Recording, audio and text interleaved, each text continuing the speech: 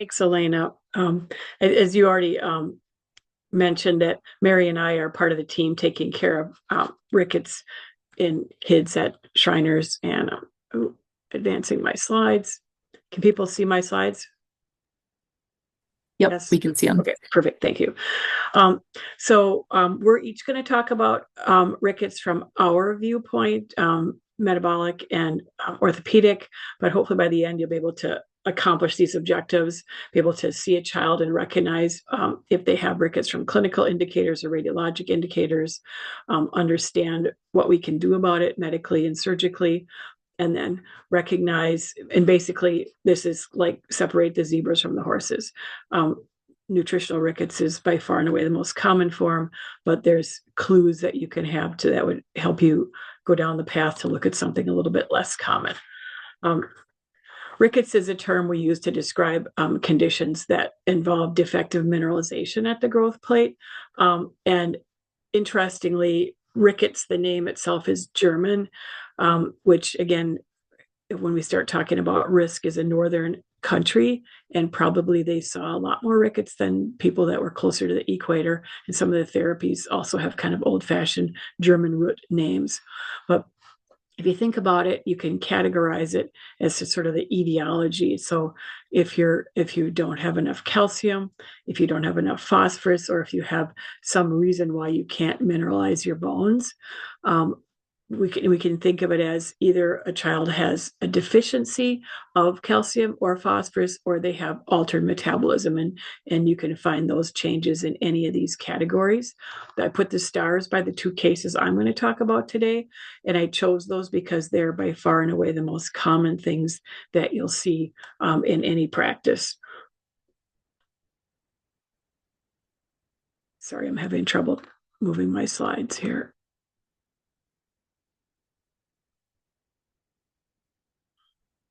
There we go. Okay.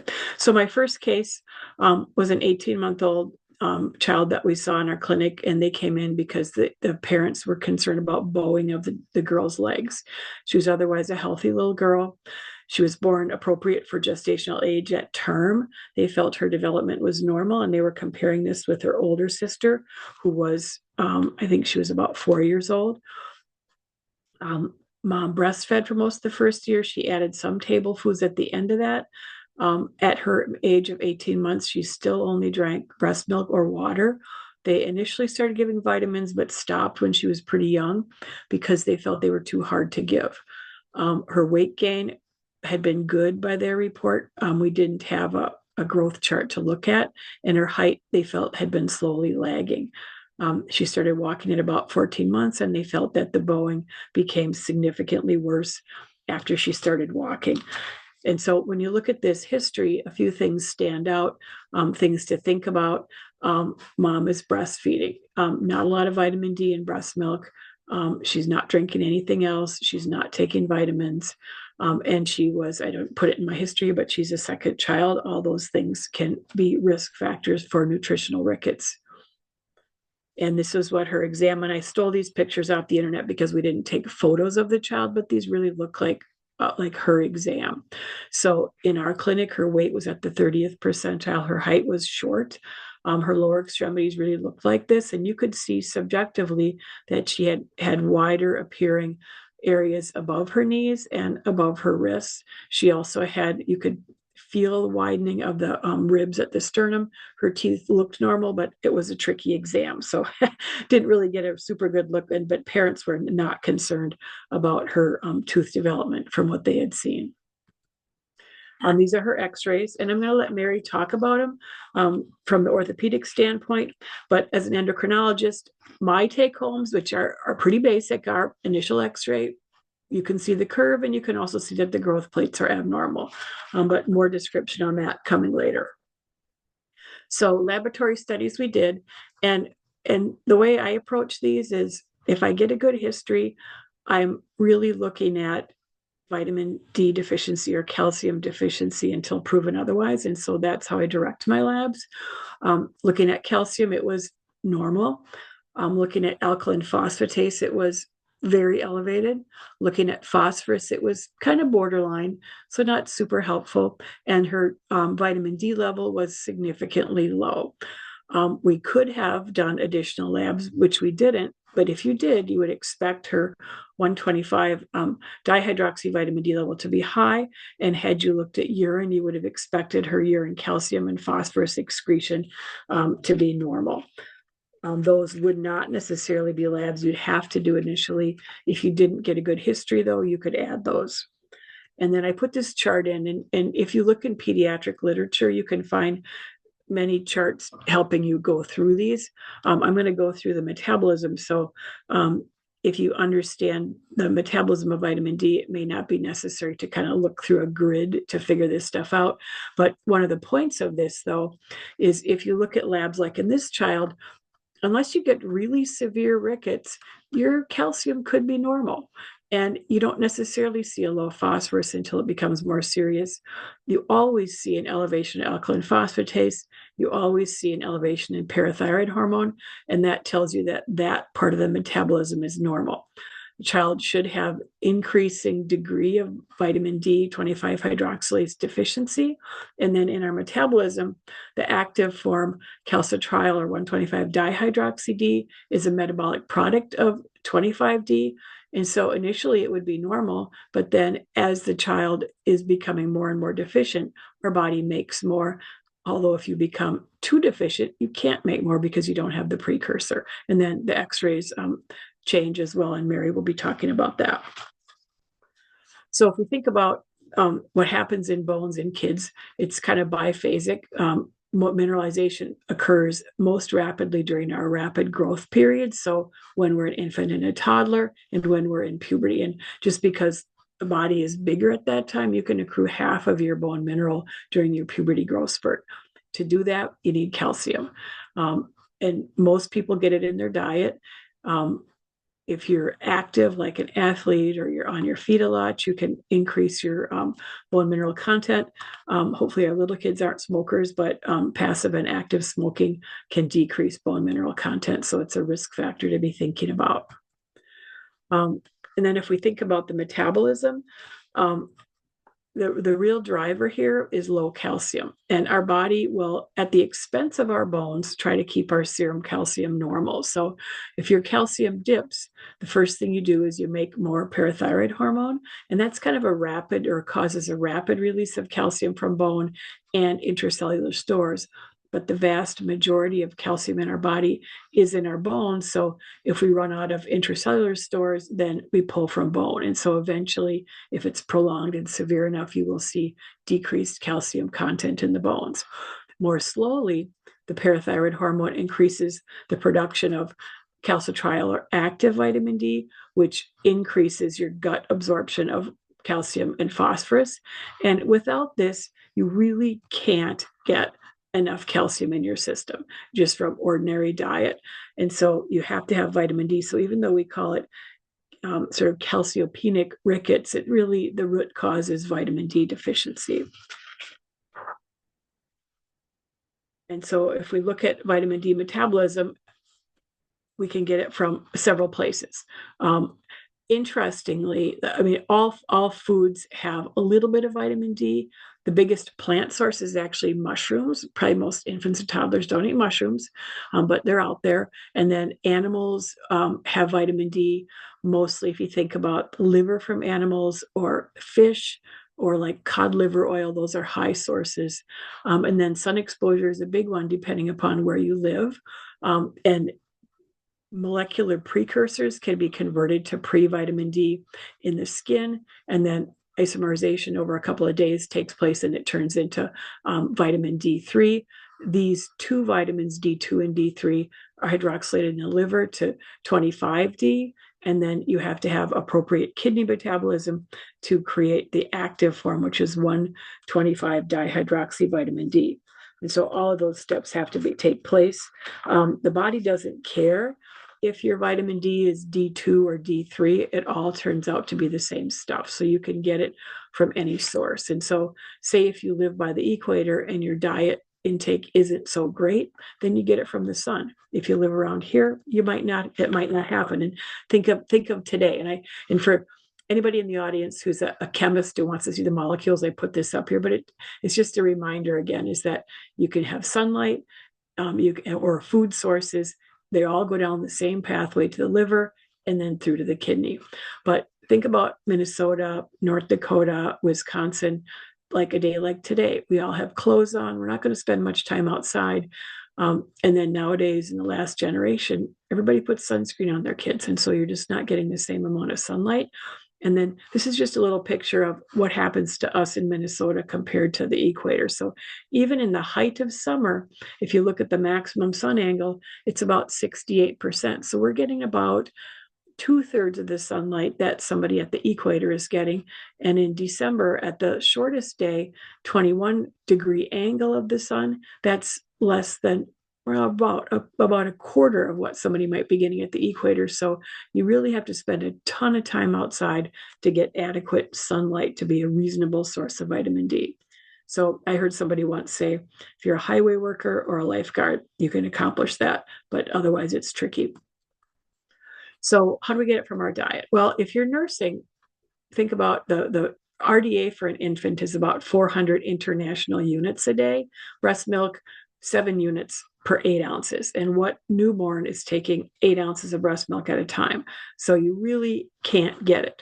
I did find one study that tried to supplement nursing moms to see how much it would take to get enough into the baby. And it took about 6,400 IUs per day for the mother to be taking to get enough vitamin D in their breast milk. And so that's significantly more than the adult RDA.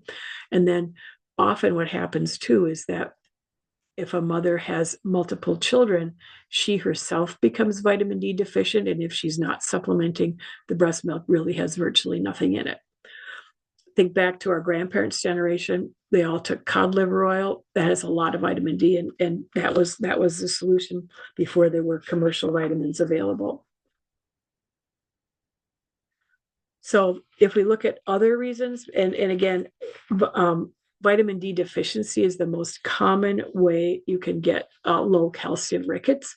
There are other rarer causes, and so as we go through the treatment for this child, what we would do is we'd say we're gonna kind of treat this like vitamin D deficiency, but if the child doesn't respond, they're going to start thinking of other things. And these more rare forms, if you did all your initial labs, then you might see that. So for example, if you have other genetic mutations, you're going to have the same clinical picture. Your labs may be a little bit different, but that's going to play out as you treat the child.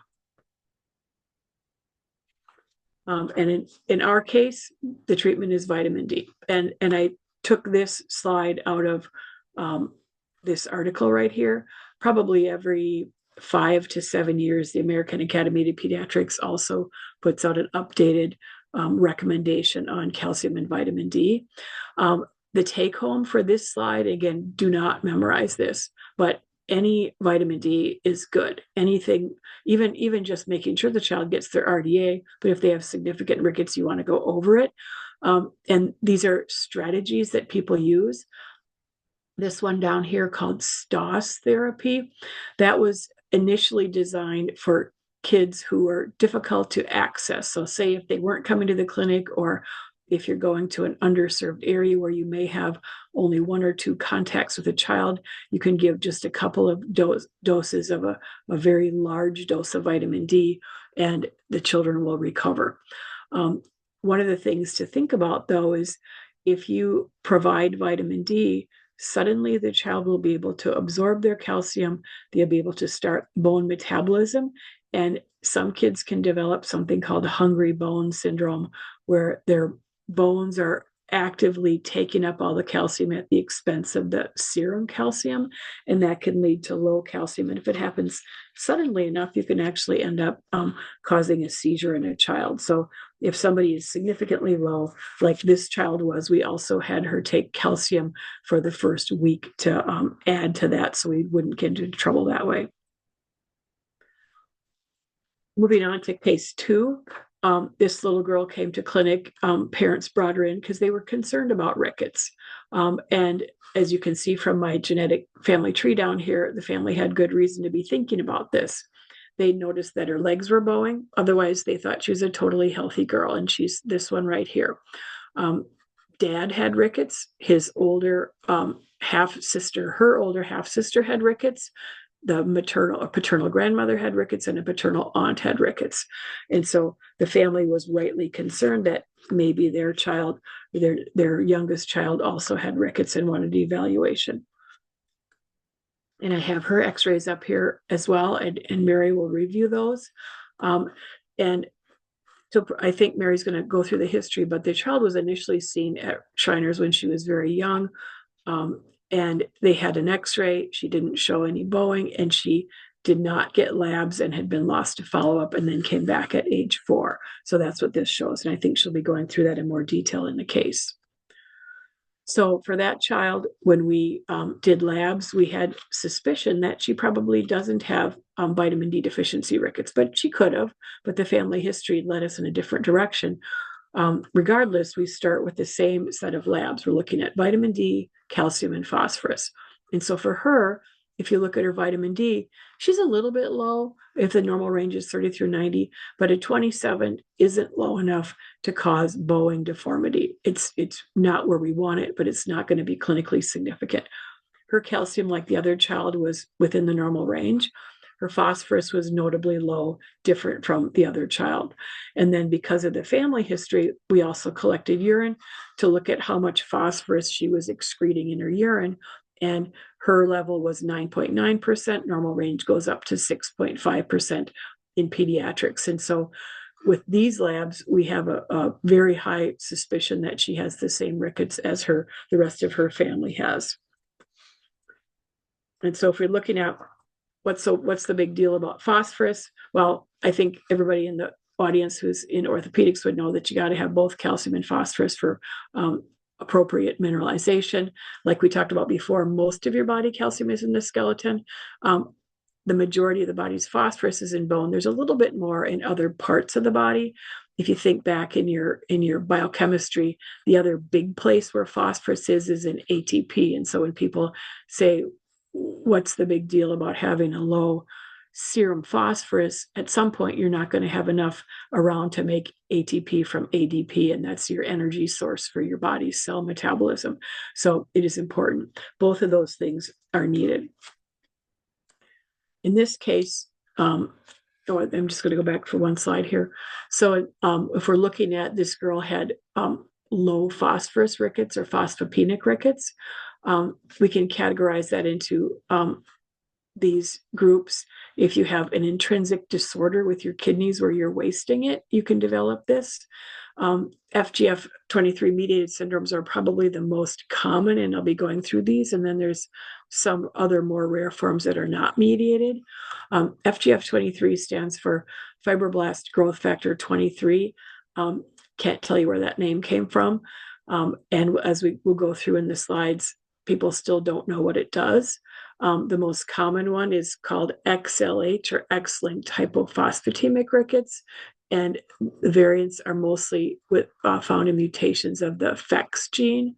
And that's just abbreviated from, let's see here, I think in my next slide, I've got that. Yeah, X phosphate regulating protein with homology to endopeptidases on the X chromosome, another biochemist named syndrome. So if we go back in your history, if a child has a tumor that can make excess FGF23, if you have specific syndromes, you can make excess FGF23. And then there are other genetic mutations that cause phosphate wasting that are not mediated.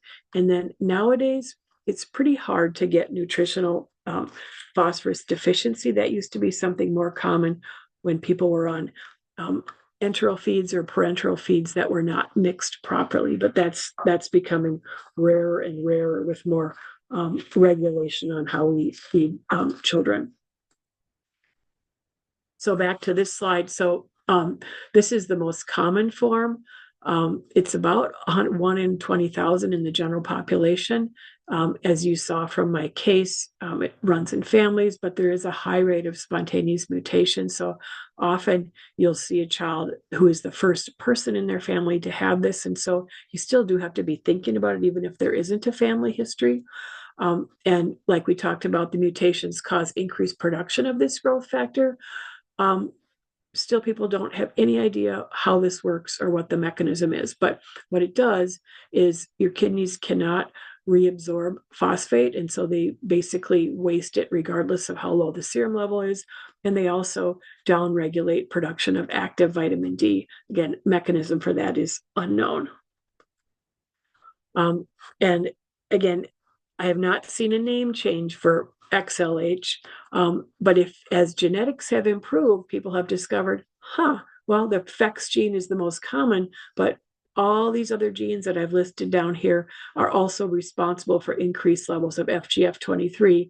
And so there's more to this story, and it makes figuring out what FGF23 does and what the mechanism is and what the pathway a little bit more complicated than people initially thought. And so if you can demonstrate increased FGF23, you know your mechanism, you just don't, or you know your root cause, but you just don't know exactly how it's happening. But the elevated FGF23 is our key to treatment here. So for this patient, if this would have been her older sister that we were seeing, or 10 years ago, traditional treatment was to give oral phosphate. And when we eat food, phosphate is in most of our foods. It goes in and out of our system pretty quick. And so the best way would be if you could take phosphate 10 times a day, that would actually be the best way to do it. If we can get kids to take it 3 times a day, we feel lucky. Ideally, 5 times a day would be better. And then the active vitamin D, because that's what the kidney can't make in these cases as well. And then sometimes it's split to enhance absorption. This traditional treatment doesn't address her metabolic abnormality, but it's kind of like thinking about we're trying to put stuff back faster than she can waste it through her kidneys. And it can ameliorate the condition. It doesn't really treat it. About 5 years ago, a new treatment came on the market called burosumab, or trade name Crysvita. And that's a monoclonal antibody that binds to and blocks the action of FGF23. And so without even knowing the mechanism, it can treat the disorder. If you can block this protein, then these children's metabolism for active vitamin D and their renal wasting of phosphorus is completely corrected, and their bone metabolism becomes similar to any other child. And Mary will go through this, but the outcomes have been spectacular with those kids. And for my last slide, I put this up here again, not to memorize, but just to show you that these things are available. And even though, like, I do this all the time, you can go back and look at this if you're concerned. But if you think about how that pathway works and what the steps are, you can kind of think through what your levels should be looking like. So I'm not going to go through this. I'm going to let Mary go on. And I think we're doing questions at the end, correct? Yep, that's correct. All right, Mary, it's all yours. Thank you, Dr. Kyllo. I'm going to try and share my slides here.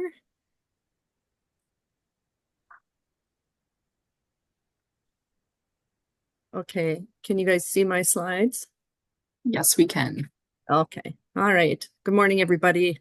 I'm Mary Aschenbrener. I'm a physician assistant at Shriners, and it's been my pleasure to work with Dr. Kyllo in our Rickets clinic. So my portion of this presentation, I'm going to just review some of the historical perspectives of Rickets and then some of the orthopedic manifestations and treatments. And then I'm going to finish with several case studies that I hope you'll find interesting.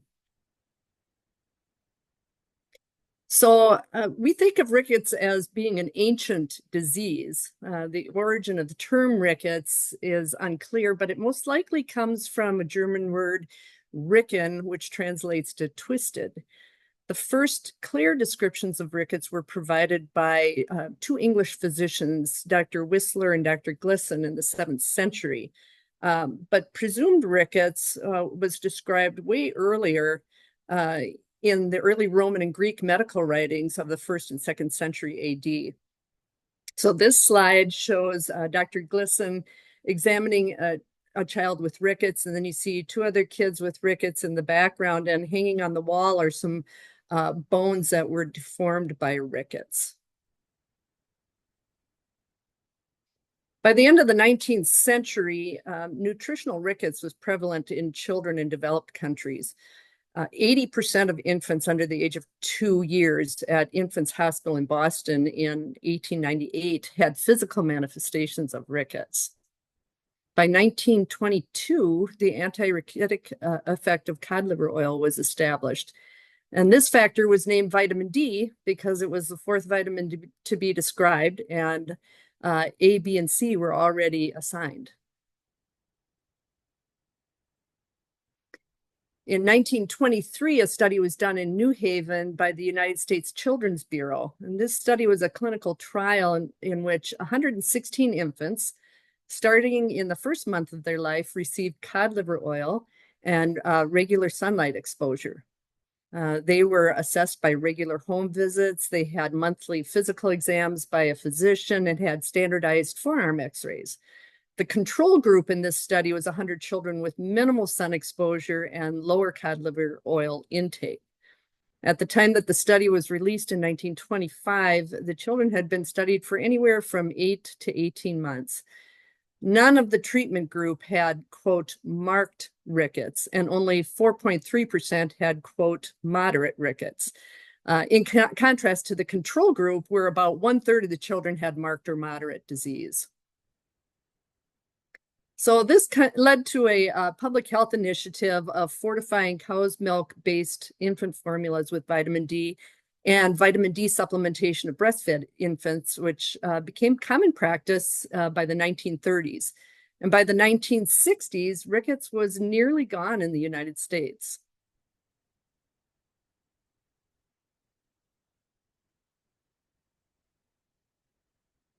Then it came back. It made a resurgence in the 1970s. The thought was that the resurgence may have been an unintended result of a public health initiative promoting breastfeeding without emphasizing the need for vitamin D supplementation. Other factors that could have been a part of this, as Dr. Kyllo had mentioned before, was decreased exposure to the sun, use of sunscreens and protective clothing, and also the diversity of the population. According to the National Center for Biotechnology information, there was a substantial increase of rickets in Minnesota. Incidence of rickets in the 1970s were at 0 per 100,000. In the 80s, it was 2.2. In the 90s, it was 3.7. And by the 2000s, it was 24.1 per 100,000. This prevalence of vitamin D insufficiency in U.S. infants prompted the American Academy of Pediatrics in 2003 to recommend that all breastfed infants have a minimum daily vitamin D intake of 200 international units. And in 2008, that recommendation was increased to 400 international units per day. So even with this reemergence of rickets, it's still continues to be rare in developed countries, but it is a condition that we should be aware of. So just a few words about bone growth. Before bone is calcified, the tissue is called osteoid matrix, or bone-like tissue. This osteomatrix contains collagen fibers, and when concentrations of calcium and phosphate ions rise high enough, they're deposited into the extracellular matrix, and calcium salts crystallize in the spaces between the fibers. It accumulates around them, and the bones become calcified and hard. If you take away the calcium salts, the bone becomes rubbery because all that's left is the collagen fibers. So if there's a lack of vitamin D, calcium, or phosphate, there can be impaired calcification, as in rickets, and that leads to higher levels of osteoid tissue than normal.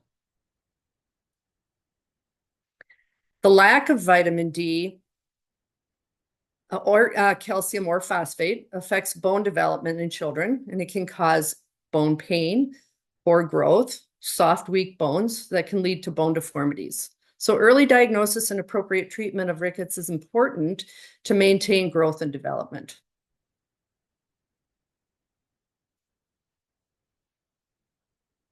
Some of the risk factors for rickets, as we've already kind of touched on, is decreased sun exposure. So those of us living in the northern climates get less exposure to the sun. And vitamin D is produced from the cholesterol in skin when it's exposed to ultraviolet B rays from the sun. So other risks are using sunscreen. Skin pigmentation is also a risk because those with naturally darker skin need more sunlight to get enough vitamin D. Prematurity is a risk factor because the baby has less time to build up stores of vitamin D in utero. As we said before, breastfed infants, especially those that are breastfed longer than 6 months, should take a vitamin D supplement because the vitamin D in breast milk is very low. Obesity can be a problem because vitamin D is fat soluble, so it's distributed in the adipose tissue, causing lower serum levels. And then family history of hypophosphatemic rickets is a risk factor.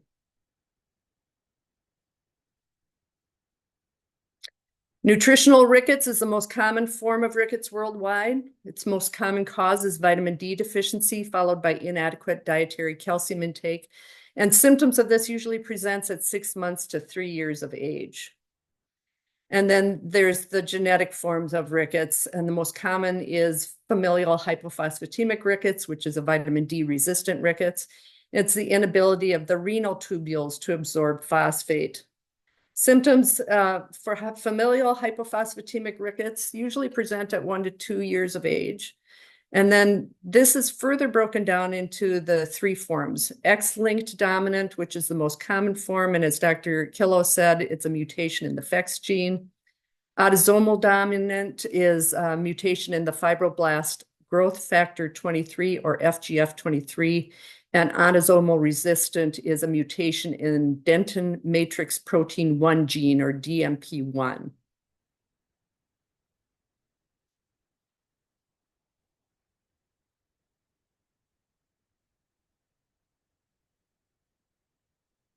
So diagnosis of rickets, as with most disorders, is based on the patient's history, including family history. Are they having bone pain? Is there weakness?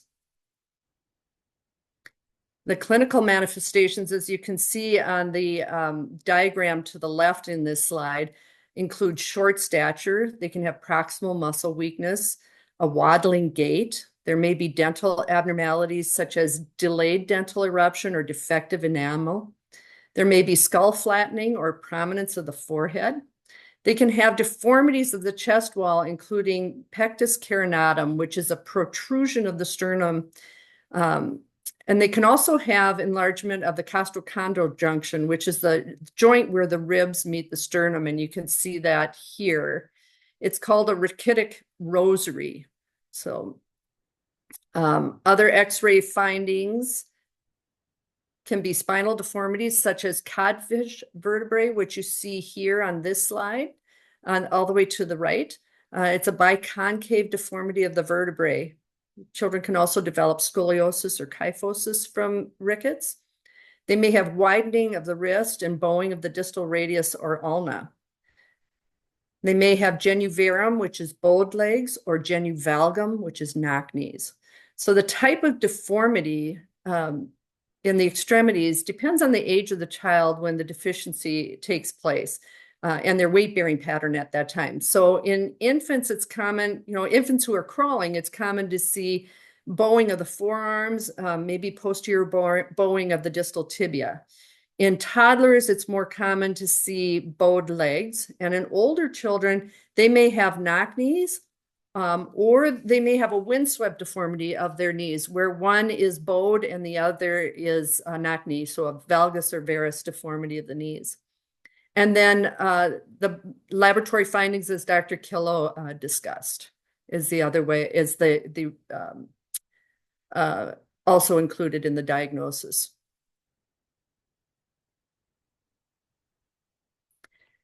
treatment of children with rickets should be followed by both endocrinology and orthopedics. And we start with the medical management. So vitamin D deficient rickets is treated with vitamin D supplementation. Hypophosphatemic rickets, as Dr. Kyllo stated, 10 years ago, hypophosphatemic rickets was treated with oral phosphate 3 to 5 times daily and calcitriol 1 to 2 times daily. Now it's treated with burosumab or Crysvita, which is a subcutaneous injection every 2 weeks in kids and every 4 weeks in adult. And they may or may not need a vitamin D supplement depending on their vitamin D levels. The bony deformities may improve with just the medical management in itself. But if they do persist, surgical correction may be required in the form of guided growth or corrective osteotomies. In this next slide on the left, there's a picture of 8 plates with screws, and that's what's used or utilized for guided growth. On the right, you see a child with bowed legs that underwent guided growth. So guided growth, also called a hemiepiphyseodesis, is a surgery that can be done in a child with open growth plates to correct either their bowed legs, genu varum, or their knock knees, genu valgum. And the 8 plates and screws are placed over the growth plates to stop the growth on one side of the leg and allow growth on the other side to straighten the bone over time. If the patient has bowing of the lower extremities, then the 8 plates are placed on the growth plates on the outside of the knee or the lateral side of the knee. If the patient has knock knees or genu valgum, then the 8 plates are placed on the inside or medial side of the knee. So on this child, on the x-ray, you see that they have bowing of their legs, and the 8 plates have been put on the lateral growth plates. This surgery requires close follow-up of the patient to avoid overcorrection.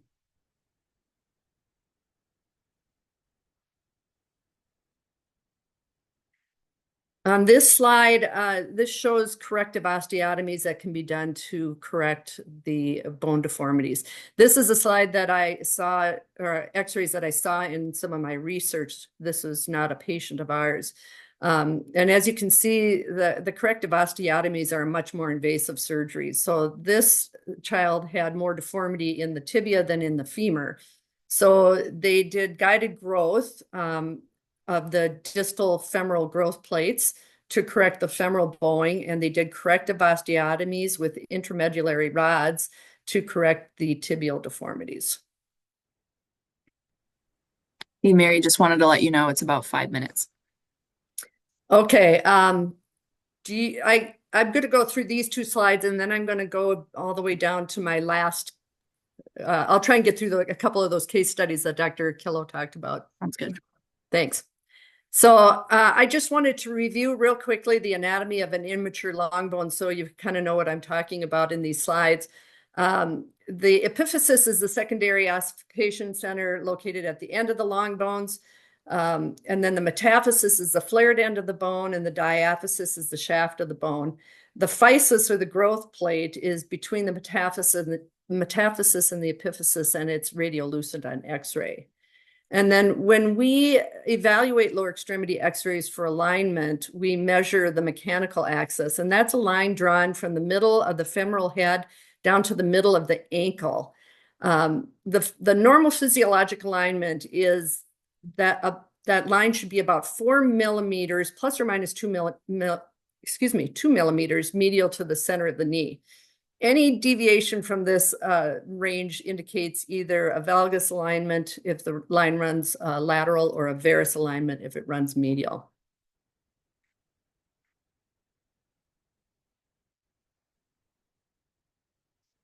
So this was that patient in Dr. Kyllo's first case. She was the 18-month-old with lower extremity bowing. Her initial x-rays here show significant bowing of the lower extremities. The metaphysis of the distal femur, or the flared part of the bone, and as well as the proximal tibia and distal tibia are irregular and flared and consistent with rickets. Her blood test results were consistent with vitamin D deficient rickets, and she was started on 5,000 international units of vitamin D along with calcium, 500 milligrams 3 times daily, and followed in clinic every 6 months with repeat x-rays. So here's this middle x-ray, is an x-ray taken a year later, and already her bowing is improved, being on the vitamin D supplementation. And then 2 years later, so the slide or the x-ray all the way to the right shows that her lower extremity alignment corrected to neutral. The second case is the second one that Dr. Kyllo had talked about. She was seen at 4 years old, and that's the slide all the way to the left, with concerns of rickets because there was bowing in her legs. There was a family history of rickets in her father, grandmother, great aunt, and older half sister. The labs initially were not consistent with rickets. And at age 4, this x-ray, she did not show really any widening of her growth plates or irregularity. She really didn't show any bowing of her lower extremities. So she was not diagnosed with rickets at that point. She, however, did not return for an orthopedic evaluation until 5 years later, when her family became concerned about knock knees. Then the x-ray, the one in the center here, showed that she had pretty significant genu valgum. She had irregular growth plates on that x-ray that were consistent with rickets. She went back to endocrinology, and she was also referred to orthopedic surgery to discuss possible surgical intervention with guided growth. So blood work did confirm hypophosphatemic rickets. She was started on Crysvita.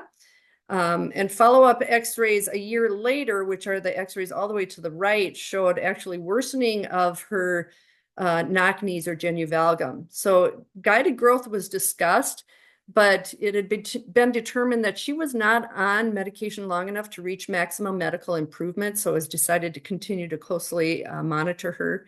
And guided growth remains an option since her growth plates are still open. I'm going to skip forward here real quick just to my last case so I can get this in before our time is up, because I find this one the most interesting. So this is a young lady who had a strong family history of hypophosphatemic rickets. She was diagnosed in the 90s at age 2. So that would have been before the time of Crysvita. She was, let me just get down here. She was treated with oral phosphate 3 times daily and calcitriol 1 times daily. And she was not really compliant with her medical management because, as you can see, that'd be hard to keep up with that amount of medication daily. By age 6, this center x-ray, her bowing had worsened to the point that guided growth was recommended. But at that time, O plates or 8 plates were not available for guided growth. So she underwent stapling of the lateral, distal, femoral, and proximal lateral tibial growth plates. And that's the x-ray all the way on the right here.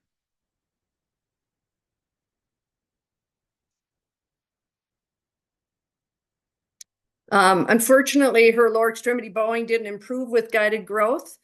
That's the slide all the way to the left. And so at age 11, surgical corrective osteotomies were recommended, and that's the x-ray in the center. So she underwent a closing wedge osteotomy of the left distal femur, as well as the proximal and distal tibial osteotomies.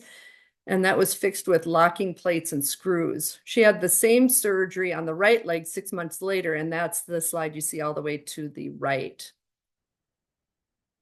She really had good results on the left leg. She was just in slight varus mechanical alignment, but that right leg overcorrected into a severe valgus or knock-kneed position. Her growth plates were closed, so guided growth was not an option. And at age 12, she underwent hardware removal from the right distal femur and had another corrective osteotomy of the right distal femur with locking plate and screws to correct the valgus or knock-kneed alignment. And that's the x-ray here in the center. She corrected well with that revision surgery, and at age 17, she underwent hardware removal. The final x-rays here on the right show that she has a neutral mechanical alignment on the right leg and a slightly varus alignment on the left leg.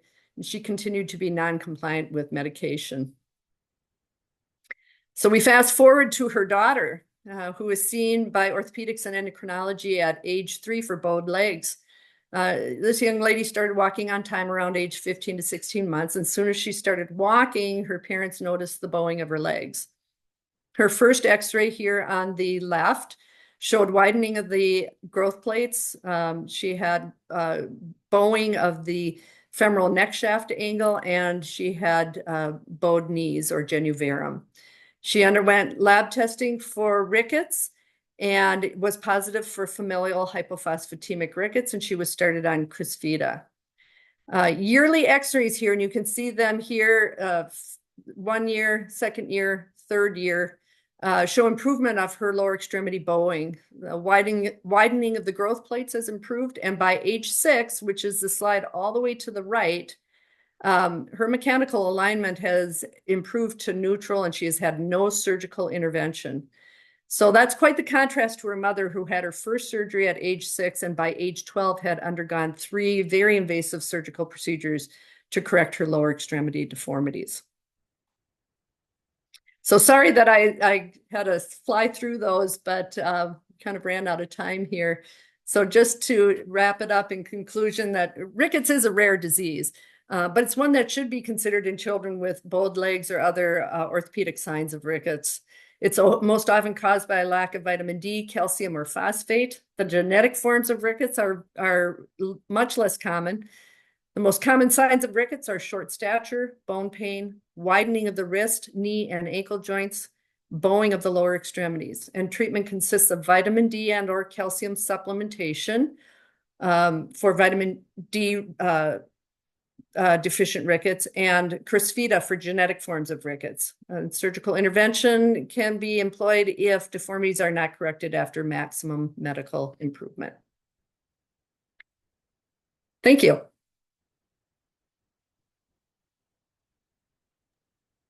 Well, wonderful. Thank you, Mary and Dr. Kyllo. I know people have to drop off, so no worries if you need to, since we're just over time here, but wanted to throw this last slide up just as a reminder that referrals with us are easy. We try to make it easy. Our intake team will happily accept your referrals via phone, fax, email, even our website. We are on Epic, so Epic Care Everywhere. Epic Care Link is another option, and we can, Linda and I, physician liaisons, can help with setting that up as well for your clinic. So whatever works best for you. When you do refer, our intake team will call the family to schedule an appointment, or your families can call our general line, 612-596-6100. So those numbers on the screen ending in 6100 to schedule an appointment. So again, thank you everybody for joining us. Dr. Kyllo, Mary, thank you so much for taking the time this morning to present. And with that, I will end the recording.